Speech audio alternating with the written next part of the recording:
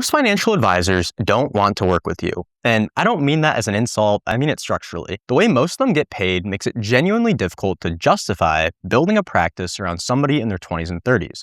If you're a young professional who's tried to find a qualified financial advisor and have come up empty, this video explains exactly why that happened and what a better alternative may look like for you. Let's get started with how advisors get paid, because once you understand this, everything else starts to make a lot more sense. To give some context, the average financial advisor in the United States is 51 years old. Most of them have built their practices around one model, charging a percentage of assets you have invested with them, somewhere between 0.5% and 1.5% of your portfolio every year. That fee is called AUM-based pricing, where AUM stands for Assets Under Management. Here's what that looks like in practice. If you're managing $2 million for a retired client, 1% of that is $20,000 per year. That's a profitable relationship. However, if you're working with a 28-year-old who has just $30,000 saved, 1% of that is $300. That's not as profitable of a relationship, especially when you factor in the time and attention it takes to actually serve someone well. So advisors running that model gravitate towards clients who already have significant wealth. Not because they don't care about the younger people, but because the economics push them there. The incentive structure does the deciding for them. So what happens to everybody else? For decades, young professionals have either been ignored by qualified advisors, or they end up in a meeting with somebody whose income depends solely on selling them financial products that they might not even need. Whole life insurance, variable annuities, mutual funds with high expense ratios. I've heard countless of horror stories of people getting bad financial advice. Here's what most people don't realize. Your advisor can legally recommend an investment that benefits them financially over something that's genuinely better for you, as long as it is suitable. That's the actual word they use. Not best, not optimal, just suitable.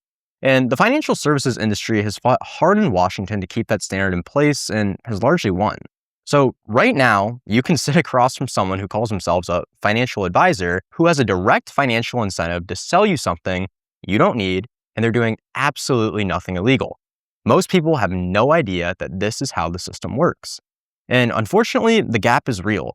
Tens of millions of young professionals in the United States are earning good money, making real financial decisions every single day with no qualified guidance available at a price point that makes sense.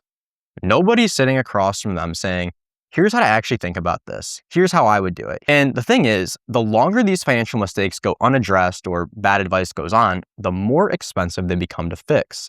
That's the exact problem I built my firm to solve. I started my own independent financial planning firm at 18. I'm 22 now, and I've grown to serve more than 85 households across the country. I earned my Certified Financial Planner certification last year. And all that is great, but I want to be honest about why I decided to go independent, because it wasn't purely strategic. As a follower of Jesus, my faith shapes how I work. I believe we're called to genuinely serve the people around us. And when I looked at the financial advisory industry and saw young professionals being ignored, it bothered me. Not just as a business observation, but as a moral one. The thing is, 85% of financial advisors don't make it past year 5. A big part of that is because you're basically starting at $0 in income. When I started, I wasn't married, didn't have kids, and had very low expenses. It was a real risk, but it made sense to me to start the 5-year clock as early as possible. As I'm coming up on that mark, I'm genuinely grateful that I made that call when I did. Going from the treading water phase to actually growing the firm has been one of the most rewarding parts of this journey. And practically, I'm 22, I'm in it right alongside my clients, training for a half Ironman, finishing my master's degree, building my business, getting married this fall. I'm not some sort of distant advisor who, I vaguely remember being young. No, I'm in the exact same season of life as my clients, and this changed how the advice I give actually lands with the client. Most of the people that come to me are doing okay. They're paying their bills, have some sort of savings, but they're making financial decisions in the dark, without anyone qualified in their corner. Stop guessing with your money is something I constantly say, because that's exactly what they're doing. So here's the legal structure I put in place from day one to actually serve my clients the way they deserve. So there's 2 terms I'll go over: fee only and fiduciary. First, fiduciary. Fiduciary means I'm legally required to act in your best interest at all times. Not most of the time, not sometimes, not when it's convenient, all the time. That sounds like it should be the standard across the entire financial advising industry. And unfortunately, it isn't. And now you know why. Here's what the suitability standard actually costs you. An advisor under that standard could recommend a mutual fund with a 1.2% annual expense ratio when a nearly identical fund exists at 0.04%, as long as the expensive one qualifies as suitable. On a $100,000 portfolio, that difference costs you roughly $1,200 per year. Over 30 years compounded, you're talking hundreds of thousands of dollars. Again, all technically legal. Fee only means I only make money from the fees that clients pay me directly. In my case, it's a flat monthly retainer and a percentage of managed assets. No commissions on products, no payments from insurance companies or brokerage platforms for recommending the products. If I make a recommendation, it's because I think it's right for your situation. That's the only reason. Put those two things together, and you've got an advisor whose only incentive is to give you the best possible advice. The recommendation I'm giving a client is the exact same advice that I would give a close friend. My fee structure reflects that, with a flat monthly retainer based on the complexity of the client situation and an asset management fee that decreases as you build wealth. Once clients hit $100,000 managed, that asset fee goes away entirely. This model works for you at every stage, not just once you're already wealthy. Here's who actually works with me, because it helps to know whether this is relevant to where you are right now. Most of my clients are between 25 and 35, earning somewhere between $75,000 and $150,000, sometimes more, sometimes less. They're not necessarily in financial crisis, they're paying their bills, have some savings, maybe a 401k through their employer or an IRA. But they all come in with some version of the same questions. Am I actually saving enough, or am I behind?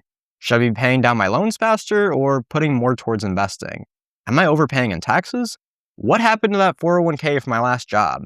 Can I realistically afford to buy a home in the next few years while managing my debt? These aren't necessarily complicated questions on their own. However, the reason they feel overwhelming is because they are all connected. What you decide about your loans affects your home buying timeline. Your account structure has tax implications. The size of your emergency fund affects how aggressively you can invest elsewhere. It's all one interconnected system. However, unfortunately, most people are treating their finances like a bunch of separate decisions, and that's exactly why it feels harder than it should. So let me give a concrete example. A client comes to me earning $85,000 a year. They have $40,000 in student loans, $20,000 in a 401k from their current employer, not doing bad, but no plan. In that first meeting, I'm not focused on just one piece. We're painting the full financial picture: income, take-home pay after taxes and deductions, monthly expenses, debt balances, interest rates, employer benefits, what their life needs to look like in 3, 5, and 10 years. Then we build a plan that addresses all of it in the right order. What's the priority, what gets automated, and what can wait? The goal is that they leave knowing exactly where they stand financially, not just feeling like they got some good advice. After that, I manage their investments, and we stay in touch throughout the year as things change. New salary or new job, we revisit contributions. Thinking about buying a home, we model it out. Got laid off, we talk through the financial implications right away. I believe that life is dynamic and your financial plan should reflect and adapt to those changes. I take on 10 to 15 new clients per year, and that's not some scarcity pitch, it's an intentional choice. It keeps my practice small enough to actually know my clients. When something changes in your life, I know your full financial picture. That context is what makes the advice actually useful. The longer we work together, the more valuable that relationship gets. If you're looking for a fee-only fiduciary financial planner who specializes in working with people in your exact same stage of life, check out my website, villairefinancial.com, and schedule a free intro call. Over those 30 minutes, we'll go over your financial situation and talk about whether working together makes sense.